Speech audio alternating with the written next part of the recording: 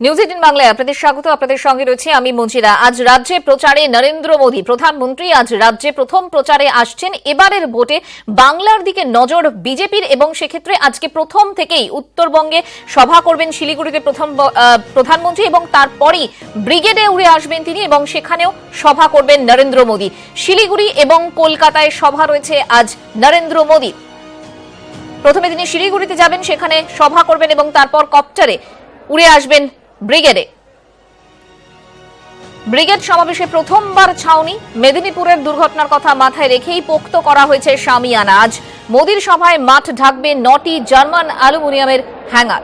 থাকবেন রাজ্যের 32 আসনের বিজেপি প্রার্থী। এই মুহূর্তে যে ছবি আপনারা দেখতে পাচ্ছেন শিলিগুড়িতে বিজেপি কর্মী সমর্থকদের মধ্যে যথেষ্ট উচ্ছ্বাস রয়েছে। নরেন্দ্র মোদীর সভা রয়েছে শিলিগুড়িতে এবং এই সভার পরই কপ্টার করে ব্রিগেডে উড়ে আসবেন নরেন্দ্র মোদী। ব্রিগেডের ছবিও আপনাদের সামনে।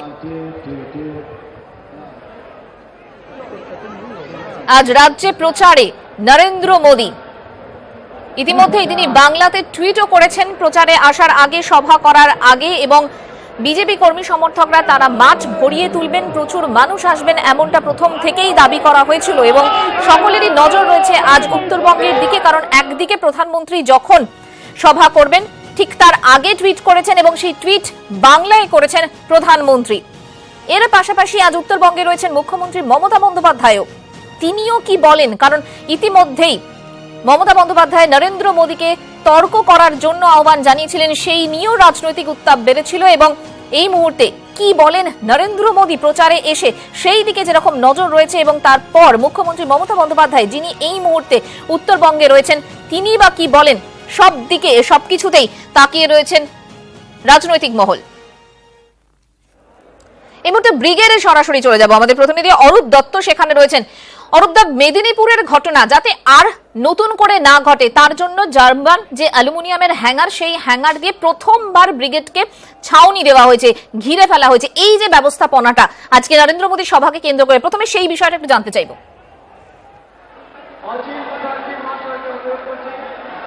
দেখো, ব্রিগেড এই মুহূর্তে প্রায় 9টি এই ধরনের জার্মান হ্যাঙ্গার যেটাকে বলা হচ্ছে সেই হ্যাঙ্গার দিয়ে ঢেকে দেওয়া হয়েছে। এই ধরনের আচ্ছাদন নিশ্চিতভাবেই ব্রিগেডের ইতিহাসে সাম্প্রতিককালে তো নয়ই কখনো হয়েছে বলে মনে পড়ে না। কিন্তু এক্ষেত্রে বিরোধীরা যে অভিযোগ করছে যে সাধারণভাবে লোক কম হবে, জমায়েত কম হবে, সেই কারণেই ব্রিগেডকে এইভাবে আচ্ছাদিত করে ঢেকে দিয়ে আসলে জায়গাটাকে ছোট করে দেখাবার চেষ্টা করছে বিজেপি। এই অভিযোগ কিন্তু বিজেপি মানে না। বিজেপির বক্তব্য যে এই ব্যাপারে এই ক্ষেত্রে অন্তত এই যে হ্যাঙ্গার, এই যে আচ্ছাদন, সেই আচ্ছাদন দেওয়ার মূল কারণ হচ্ছে এপ্রিলের প্রচণ্ড গরম দাবদাহ থেকে যাতে মানুষ শান্তিপূর্ণভাবে ভালোভাবে প্রধানমন্ত্রীর ভাষণ শুনতে পারে, সেই কারণেই কিন্তু এই ব্যবস্থা। তাছাড়া যখন তখন আচমকা কালবৈশাখীর মতো প্রাকৃতিক দুর্যোগের সম্ভাবনাও রয়েছে, ফলে সব মিলিয়ে মানুষ যাতে নিশ্চিতভাবে প্রধানমন্ত্রীর সভায় এসে তার বক্তব্য শুনতে পারে তার জন্য তারা সর্বতভাবে চেষ্টা করেছে। এবং গত যে তুমি যেটা উল্লেখ করলে যে মেদিনীপুরের যে ঘটনা, শামিয়ানা ভেঙে পড়ার যে ঘটনা, সেই ঘটনাকে মাথায় রেখে কিন্তু বিজেপি যথেষ্ট সতর্ক। তাদের দাবি যে সেই কাঠামো ছিল অস্থায়ী কাঠামো, ফলে খুব এই হঠাৎ করে বৃষ্টিতে সেটা পড়ে গিয়েছিল। কিন্তু এবারের যে কাঠামো, সেই কাঠামো কিন্তু একেবারে স্থায়ী কাঠামো এবং সেই স্থায়ী কাঠামো পড়ে যাবার কোনো রকম কোনো সম্ভাবনা নেই। ফলে সতর্ক বিজেপি সমস্ত রকম ব্যবস্থা করেই তারা এই ধরনের শামিয়ানা তারা করেছে। এখন দেখা যাক যে কতটা নিশ্চিন্তভাবে বা কতটা বিজেপির দাবি কতটা সঠিকভাবে মানে শান্তিপূর্ণভাবে এই সমাবেশ হয়। এর পাশাপাশি ব্রিগেড, সেই ব্রিগেডে বিজেপির এবারে সভায় এবং নির্বাচনী প্রচার এ রাজ্যে অন্তত শুরু করছেন প্রধানমন্ত্রী, যা ব্রিগেড থেকে শুরু হচ্ছে। এই ব্রিগেডে বিজেপির এই সভা, যেখানে ব্রিগেডের আমরা দেখেছি একটা রাজনৈতিক গুরুত্ব আলাদা করে রয়েছে, আজকের এই সভা কতটা গুরুত্বপূর্ণ, রাজনৈতিকভাবে কতটা তাৎপর্যপূর্ণ? দেখো, দুদিক দিয়ে বলবো এর রাজনৈতিক গুরুত্ব। এক হচ্ছে যে তুমি জানো যে 21শে জুলাইয়ের সভা থেকে মুখ্যমন্ত্রীর ঘোষণা, তারপরে 19শে জানুয়ারি ব্রিগেড, তারপরে বামেদের ব্রিগেড, দুটি ব্রিগেডই যথেষ্ট বিজেপির কাছে চাপের হয়ে গিয়েছিল। এবং সেই জায়গা থেকে তারা স্থির করেছিল যে রথযাত্রা যেখানে পরিসমাপ্তি হবে সেখানে প্রধানমন্ত্রীকে দিয়ে তারা ব্রিগেড করবে, কিন্তু বিভিন্ন কারণে সেই ব্রিগেড তারা করে উঠতে পারেনি। ফলে বিজেপির মধ্যে কিন্তু একটা অস্বস্তি ছিল এবং বিজেপি যে কোনো মূল্যে ব্রিগেড করে এবং প্রধানমন্ত্রীকে দিয়ে সেই ব্রিগেড করে একটা জনজোয়ার বা একটা বড় মাপের জমায়েত করে একটা বার্তা দিতে যে চাইবে, এটা খুব অনেক আগে থেকেই স্পষ্ট ছিল। ফলে নির্বাচনী প্রচার উপলক্ষে প্রধানমন্ত্রী যখন জনসভা করতে রাজ্যে আসছেন সেই ব্যাপারটাকে মাথায় রেখে তারা এই ব্রিগেডের সমাবেশের আয়োজন করেছে এবং সেই সমাবেশ তাদের দাবি যে প্রায় লক্ষাধিক মানুষের জমায়েত হবে। প্রশ্ন হচ্ছে যে সংখ্যার বিচারে নয়, লক্ষাধিক মানুষ সেই সংখ্যা 1 লক্ষ 2 লক্ষ না সেটা তৃণমূলের থেকে ছাপিয়ে গেল না সিপিএম এর থেকে ছাপিয়ে গেল, বিষয়টা এখানে নয়। বিষয়টা হচ্ছে যে নির্বাচন কিন্তু একেবারে দোরগোড়ায়। 11ই এপ্রিল উত্তরবঙ্গে ভোট শুরু হচ্ছে। তার আগে উত্তরবঙ্গে শিলিগুড়িতে সভা করতে গেছেন প্রধানমন্ত্রী নরেন্দ্র মোদী, তারপরে কলকাতায় এই ব্রিগেড সবসময় রাজ্য রাজনীতির একটা দিশারি এবং সেই জায়গা থেকে বিজেপি যেটা মনে করে বা রাজনৈতিক পর্যবেক্ষকরা যেটা মনে করে যে এখানে 19শে জানুয়ারির যে মঞ্চ থেকে যে মমতা বন্দ্যোপাধ্যায় যে মোদী বিরোধী যে জোট, সেই জোটের যে বার্তা দিয়েছিলেন। কিন্তু অরূপদা, এর আগেও আমরা দেখেছি যে বিজেপির তরফ থেকে যখনই কোনো সভা এ ধরনের সভা আয়োজন করা হয়েছে তখন একটা রাজ্য স্তরের নেতাদের মধ্যে সমন্বয়ের অভাব বারবার ধরা পড়েছে। কিন্তু এবারে যখন নরেন্দ্র মোদী এখানে আসছেন এবং তারা বিজেপির এই যে দলীয় কোন্দল বলো বা সমন্বয়ের অভাব বলো, এই বিষয়গুলোকে তারা কখনোই সামনে আসতে দেবে না, তাদের তরফ থেকে বারবার বলা হয়েছে। এই বিষয়টায় কতটা আত্মবিশ্বাসী রাজ্যের নেতৃত্ব? অন্তত দেখো, সমন্বয়ের অভাব এত বড় মাপের, যেটা বিজেপি নিজেও একাধিক ক্ষেত্রে স্বীকার করেছে যে এত বড় মাপের সভা তারা ব্রিগেডের মতো সভা তারা আয়োজন করছে, মাত্র হাতে সময় পেয়েছে মাত্র 9 থেকে 10 দিন। ফলে স্বাভাবিকভাবেই সেখানে সমন্বয় নিয়ে সমস্যা আছে। কিন্তু প্রধানমন্ত্রী নরেন্দ্র মোদী সভা করতে চাইলে বা অমিত শাহ সভা করতে চাইলে রাজ্য নেতৃত্বের পক্ষে সেই দাবি বা সেই প্রধানমন্ত্রী নরেন্দ্র মোদীর সেই নির্দেশ তাকে উপেক্ষা করা যায় না। ফলে তাদেরকে যে কোনো মূল্যে এই সভার যে আয়োজন করতে হবে বা করতে হচ্ছে এবং সেই জায়গা থেকে তারা সর্বতোভাবে চেষ্টা করছে যে যাতে করে যা ভিতরের পার্টির অভ্যন্তরে বিভিন্ন যে বিষয়গুলো যেগুলো সাম্প্রতিককালে উঠে এসেছে, প্রার্থী দেওয়াকে কেন্দ্র করে বা সংগঠনের বিভিন্ন ধরনের দুর্বলতাকে কেন্দ্র করে যে সমন্বয়ের অভাব উঠে এসেছে, সেই সমস্তগুলোকে ঢেকে আপাতত প্রধানমন্ত্রী নরেন্দ্র মোদীর এই ব্রিগেড সমাবেশকে যে কোনো মূল্যে সফল করার, কারণ এই সমাবেশের সাফল্যের উপরে রাজনৈতিক ভবিষ্যৎ নির্ভর করছে। এবং এই জায়গাটা থেকে অরূপদা আরেকটা বিষয় রয়েছে, আজকে যেরকম নরেন্দ্র মোদী প্রচারে আসছেন সেটা নিয়ে যেরকম উত্তেজনা রয়েছে, একই সঙ্গে নরেন্দ্র মোদী এবং মমতা বন্দ্যোপাধ্যায় এই যুযুধান দুই শীর্ষ নেতৃত্বের যে একটা টক্কর রয়েছে সেটা নিয়েও কিন্তু একটা চাপা উত্তেজনা রয়েছে। সেই বিষয়টা তোমার থেকে একটু সংক্ষেপে বিশ্লেষণ চাইব। খুব স্বাভাবিক, কারণ উত্তরবঙ্গে আজকেই সভা করবেন এবং আজকে ধরো 1:30-2 নাগাদ উত্তরবঙ্গে প্রধানমন্ত্রী নরেন্দ্র মোদী সভা করছেন, তার ঠিক পরেই আজকে বিকেলেই মমতা বন্দ্যোপাধ্যায়ের সভা। উত্তরবঙ্গের মাটিতে দাঁড়িয়েই উত্তর দিতে চান মুখ্যমন্ত্রী।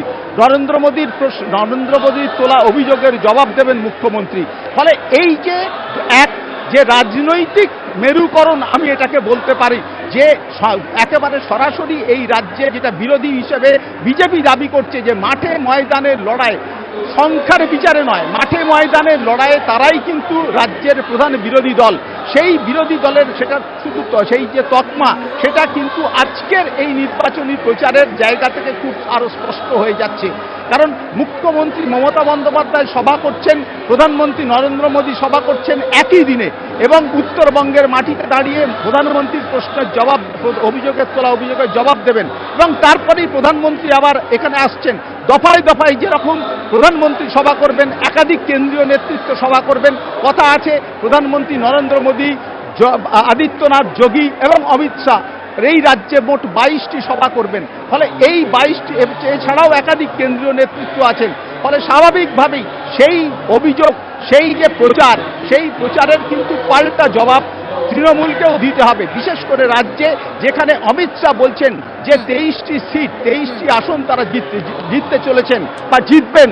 অন্যদিকে মুখ্যমন্ত্রী মমতা বন্দ্যোপাধ্যায় দাবি করছেন যে 42 ফলে এই যে আবহ, এই যে একদিকে শাসক দল তার জমি ধরে রাখার চেষ্টা, অন্যদিকে বিজেপি পেনিট্রেট করতে চাইছে, এখানে একটা আগ্রাসী ভূমিকা নিয়ে রাজ্যে ঢুকতে চাইছে এবং কেন্দ্রে যে মোদী বিরোধী সরকার তাকে ঠেকাবার চেষ্টা করছে। ফলে এই জায়গা থেকে যে লড়াই বা সংঘাত যে তৈরি হবে, চাপানুতর যে আরো বেশি ক্রমশ বাড়বে, উত্তেজনার পারদ যে ক্রমশ বাড়বে, এটা নিয়ে কোনো সংশয় নেই। একেবারে অরূপদা, আপাতত তোমাকে ধন্যবাদ। পরবর্তীতে আবারও তোমার সঙ্গে কথা হবে। কথা বলছিলাম প্রতিনিধি অরূপ দত্তের সঙ্গে। আপনারা একই সঙ্গে দেখছেন কোচবিহারে আজ মমতা বন্দ্যোপাধ্যায়ের সভা রয়েছে এবং শিলিগুড়িতে আর কিছুক্ষণের মধ্যেই প্রধানমন্ত্রী নরেন্দ্র মোদীর সভা এবং তারপরেই কপ্টারে ব্রিগেডে উড়ে আসবেন প্রধানমন্ত্রী এবং সেখানে সভা হবে আজ।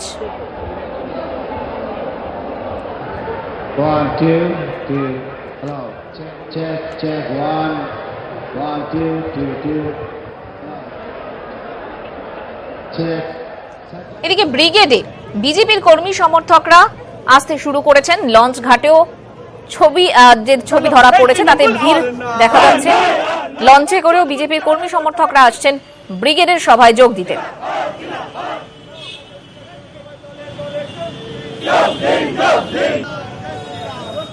রাজ্যের বিভিন্ন প্রান্ত থেকে আসা মানুষ মূলত হাওড়া স্টেশনে যারা ট্রেন থেকে নামছেন তারা কোনো ছোট ছোট মিছিল করে হাওড়া ব্রিজ দিয়ে সরাসরি ব্রিগেডের উদ্দেশ্যে রওনা দিচ্ছে। অন্যদিকে ছোট ছোট মানুষ যারা বা মিছিলগুলি সেগুলিকে হাওড়া স্টেশন থেকে বার করে নিয়ে যাওয়া হচ্ছে সরাসরি লঞ্চে করে ব্রিগেডের উদ্দেশ্যে।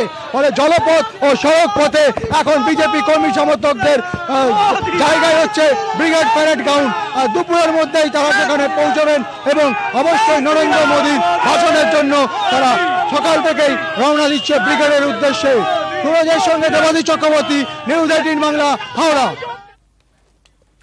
এরই পাশাপাশি যে খবর পাওয়া যাচ্ছে, 5 জেলার অবজারভারকে নিয়ে বৈঠক। শিলিগুড়িতে বৈঠক বিশেষ পুলিশ পর্যবেক্ষক বিবেক দুবের। দার্জিলিং, কোচবিহার, আলিপুরদুয়ার, জলপাইগুড়ি এবং উত্তর দিনাজপুরের অবজারভারদের সঙ্গে নিরাপত্তা নিয়ে কথা বিবেক দুবের। টেলিফোনে রয়েছেন আমাদের প্রতিনিধি পার্থ প্রতিম সরকার। পার্থ, এই বৈঠক সম্পর্কে কি জানা যাচ্ছে? ভোট একদম সামনে, তার আগে এই বৈঠক কতটা গুরুত্বপূর্ণ এবং কি আলোচনা হতে পারে? গুরুত্বপূর্ণ ছিল এই বৈঠক, কেননা প্রথম 2 দফায় যেখানে ভোট হবে, অর্থাৎ কোচবিহার, আলিপুরদুয়ার প্রথম দফা এবং দ্বিতীয় দফায় উত্তর দিনাজপুর, দার্জিলিং ও জলপাইগুড়ি, এই 5 কেন্দ্রের যে পর্যবেক্ষকরা রয়েছেন, নির্বাচনী পর্যবেক্ষকরা, তাদেরকে নিয়ে কিন্তু আজকে রাজ্যের ভারপ্রাপ্ত পুলিশ অবজারভার বিবেক দুবে বৈঠক করেন শিলিগুড়ি গেস্ট হাউসে। প্রায় 10 থেকে 12 জন অবজারভার ছিলেন এই বৈঠকে। মূলত কয়েকদিন ধরেই কিন্তু বিভিন্ন observer, expenditure observer, general observer এবং পুলিশ অবজারভাররা এই কনস্টিটিউশনগুলো ঘুরে বেড়াচ্ছেন। তাদের থেকে রিপোর্ট নেন বিবেক দুবে এবং কোথায় আইনশৃঙ্খলা কি পরিস্থিতি বা বর্তমানে কি অবস্থা, সে পাহাড় থেকে সমতলের পর্যায়ে তিনি অন্যান্য অবজারভারদের কাছ থেকে রিপোর্ট নেন এবং তারপরে তিনি কিন্তু তাদের সঙ্গে আর করতে সেসব নির্দেশ দেন এবং তারপরে তিনি আজ চলে যান ঝাড়খণ্ডের দিকে। তো সংবাদ মাধ্যমের সঙ্গে তিনি কোনোভাবেই মন্তব্য করেননি, এড়িয়ে গেছেন। গতকাল যখন আসেন তখনও তিনি সংবাদ মাধ্যমকে এড়িয়ে যান।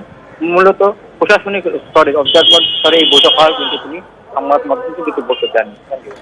ধন্যবাদ পার্থ। কথা বলছিলাম প্রতিনিধি পার্থ প্রতিম সরকারের সঙ্গে।